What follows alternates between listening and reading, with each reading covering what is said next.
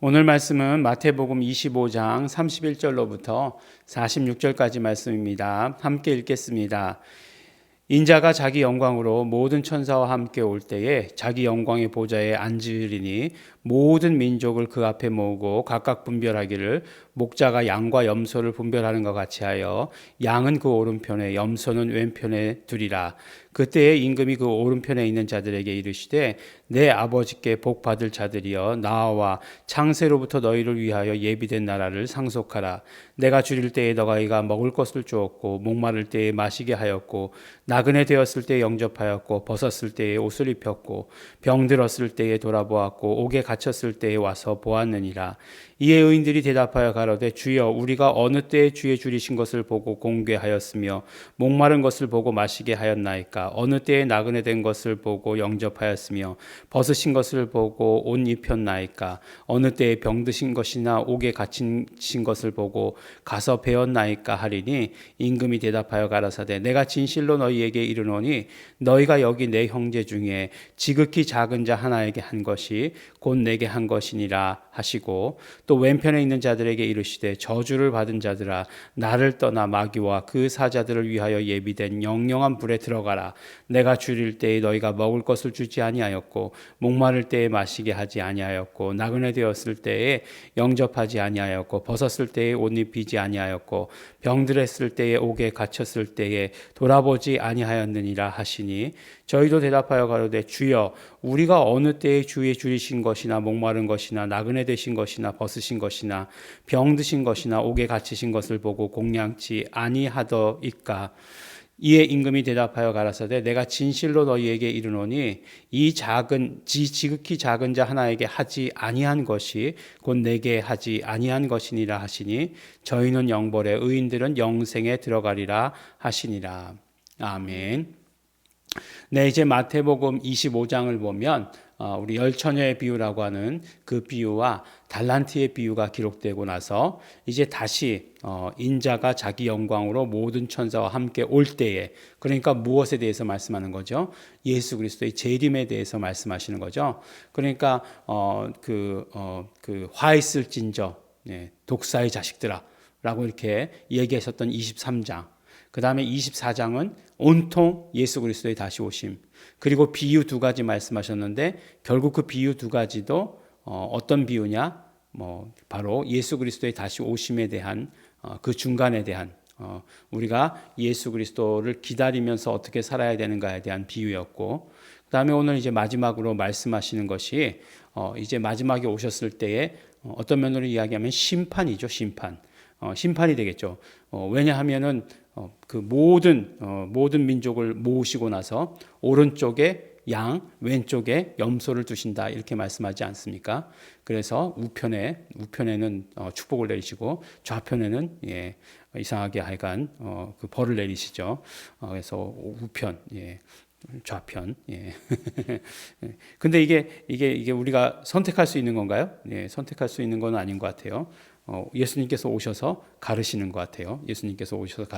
그래서 나는 항상 우야라고 이렇게 얘기해도 예수님께서 가르셨을 때에 어느 쪽에 쓰느냐가 훨씬 더 중요한 거죠. 그래서 양과 염소로 가르시는 것처럼 그렇게 가르시는데, 그런데 너무나 재미있게도 아주 극렬하게 갈라지게 되는 거죠.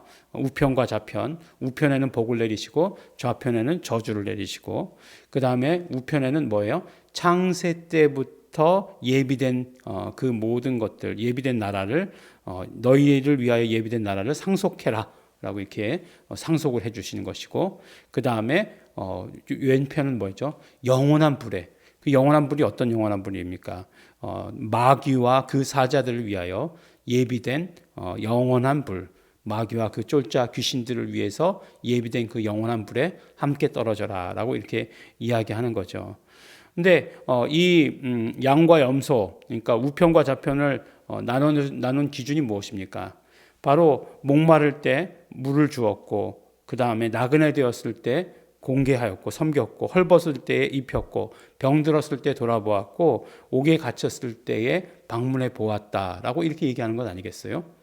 근데 너무나 재밌게도 우편에 선 사람들도 우리가 언제 그렇게 했습니까? 라고 이렇게 물어봤어요. 우리가 그렇게 한 적이 없는데요. 이렇게 얘기하니까 임금이 대답하되 뭐라고 말씀하시냐면 너희가 여기 있는 내 형제 중에 지극히 작은 자 하나에게 한 것이 곧 내게 한 것이다 라고 이렇게 말씀하세요. 반대로 너희가 이 지극히 작은 자 하나에게 안 한 것이 내게 안 한 것이다 이렇게 말씀하세요. 네, 참 재밌죠. 그래서 그러면은 결국에는 오늘 말씀 가운데 핵심이 되는 것은 무엇이에요? 이 지극히 작은 자가 누구고, 이 지극히 작은 자에게 해야 한다라고 하는 그런 말씀 아니겠어요? 지극히 작은 자에게 은연중에 나도 모르게 한 것이 나의 복과 화를 나누게 된다는 거잖아요. 이 작은 자가 누굴까? 작은 자가 누굴까? 만약에 이 작은 자가 항상 그런 뭐 영화나 동화 같은 데 보면 천사가 그렇게 오죠. 아니면 예수님이 그런 모습으로 오시잖아요. 항상 이거 가지고 그런 모습 그리잖아요. 그래서 예수님이 그냥 정말 이렇게 거지 같은 모습으로 오시죠. 근데 그거를 반기고 그랬던 사람은 큰 복을 받게 되고 막 그냥 내어 쫓고 막 그랬던 사람. 뭐 우리나라에도 그런 얘기가 없잖아 있죠. 뭐죠? 놀부흥부 얘기 뭐 그런 얘기잖아요. 뭐 제비다리 고쳐주고 그 박씨 받은 얘기 뭐 그런 거랑 다 똑같은 얘기예요. 다 똑같은 얘기. 그런 모든 얘기의 근간을 이루는 이야기냐? 궁금하다라고 하는 거죠. 그래서 분명히 오늘 말씀을 이렇게 아주 구조적으로 나눠보면 너무나 완벽하게 대칭을 이루고 있어요. 딱 대칭을 이루고 있어요. 결론이 뭡니까? 완전히 이쪽은 영생이고 이쪽은 영벌이라는 거예요. 영생과 영벌. 아주 이런 마지막의 결론까지 대칭적으로 이루고 있는데 그 키를 갖추고 있는 이 작은 자가 누구고 이 작은 자에게 하는 것이 무엇이냐? 예수님 다시 오실 때까지 이 작은 자에게 해야 하는데 우리가 정말 그 작은 자를 밝혀내야 되잖아요. 누군지 막 알아내야 되는 거잖아요. 이 작은 자가 누구냐라고 하는 것 잘 모르겠습니다. 오늘 말씀을 헛들었죠. 지금까지 헛들었죠. 작은 자가 누군지 잘 모르겠어요. 그렇지만 한 가지 마음에 떠오르는 생각은 정답은 뭔지 모르겠어요. 정답은 뭔지 모릅니다. 그러니까 항상 아는 것을 안다고 얘기하고 모르는 것을 모른다고 얘기하는 솔직한 목사죠. 그래서 뭐 못 깨달았기 때문에 모른다. 그럴 수도 있어요. 근데 어쨌든지 간에 마음에 떠오르는 생각 하나는 무엇이냐면 누구에게든지 최선을 다해야 된다라고 하는 사실이에요. 누구에게든지. 이게 무슨 말씀이냐 하면 우리가 만나게 되는 많은 사람들이 있어요. 지난주에 우리 권사님 한 분이 집에 이제 일부 예배를 드리시고 집에 가시다가 이렇게 얘기하면 누군지 다 아시겠다. 이제 그 길에 가시다가 이렇게 가방을 들고 이쪽 저쪽을 왔다 갔다 하시는 분을 만났어요. 그랬더니 딱 드는 생각이 뭐였냐면 이분이 교회를 찾으시는구나 라고 생각하고 이분을 인도하셨어요. 근데 이분이 그냥 바로는 안 가셨다가 저쪽까지 갔다가 다시 오셨다는 거예요. 그래서 우리 이 권사님을 만나지 않으면 이 권사님의 이름을 제가 얘기하지 않아요. 특별히 얘기하지 않지만 그렇지만 만나지 못했더라면 오늘 예배 못 드릴 뻔했다라고 이렇게 얘기하는 거예요. 작은 자가 누굴까? 작은 자가 누굴까? 작은 자는 어떤 특별한 사람을 말하는 것 같지 않아요. 어떤 특별한 사람을 말하는 것 같지 않고 우리가 이 땅의 삶에서 만나게 되는 많은 사람들을 이야기하는 거죠. 그러니까 결국은 뭐 10처녀의 비유도 그렇고 10처녀가 있었는데 5처녀는 구원받고 5처녀는 구원받지 못했어요.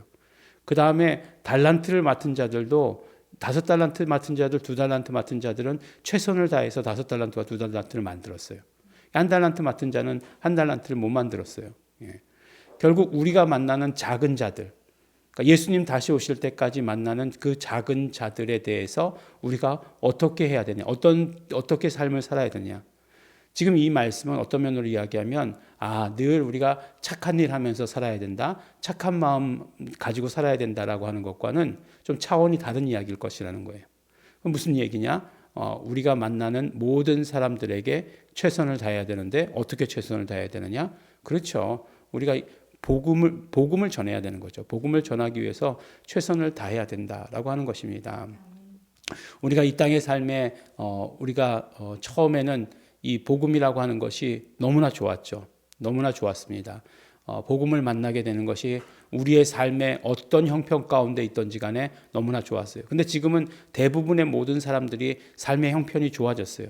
그러니까 복음이 그 삶의 형편과 같은 위치에 놓이게 되었어요. 복음이 싫다는 것 아니에요. 예, 복음이 좋아요. 예, 그렇지만 그만큼 절실하게 복음을 전하지는 않는다는 거예요. 예, 그래서 그런 모습 가운데서 우리를 돌아보고 복음을 전하기 위해서 애쓰고 힘쓰는 자가 되어야 된다라고 하는 것입니다. 그런 생각을 했어요. 예, 우리가 이제 한국에서 청소년들을 참 모으기가 어렵다. 그런 얘기들을 나눴어요. 정말 교회로 모으기 어렵다. 네. 그럴 때 그 하나님께서 어떻게 생각하실까? 네, 안타깝게 생각하시겠죠.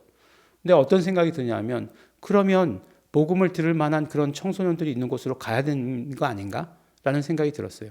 뭐 여전히 동남아에 보니까 정말 정말 그 교회만 차리기만 하면 예, 그러면 뭐 그냥 구름대 같이 몰려드는 아이들, 예, 특히 아이들이 몰려드는 그런 캄보디아가 있었잖아요. 그럼 그런 데로 가야 되는 거 아니야?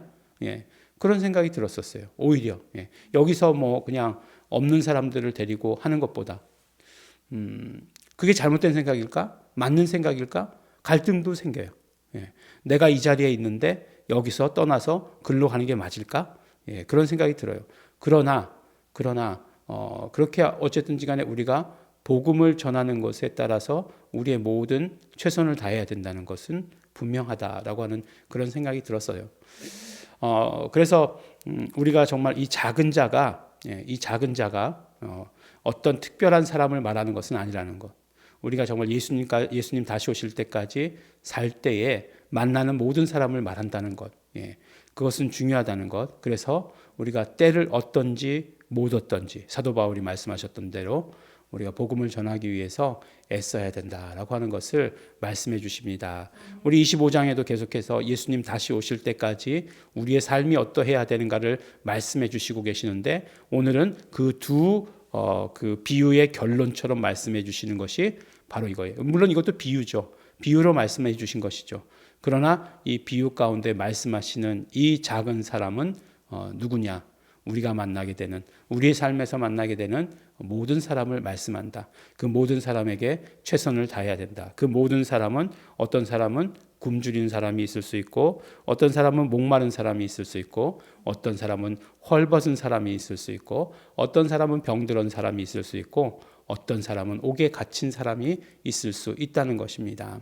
그 모든 사람들을 만날 때에 우리 최선을 다하시는 우리 여러분들 되시기를 예수 이름으로 축원합니다. 기도하겠습니다. 하나님 아버지 감사합니다. 우리 말씀을 대할 때마다 예수님 다시 오심을 우리가 말씀을 통해 들을 때마다 우리의 삶을 되돌아보게 됩니다.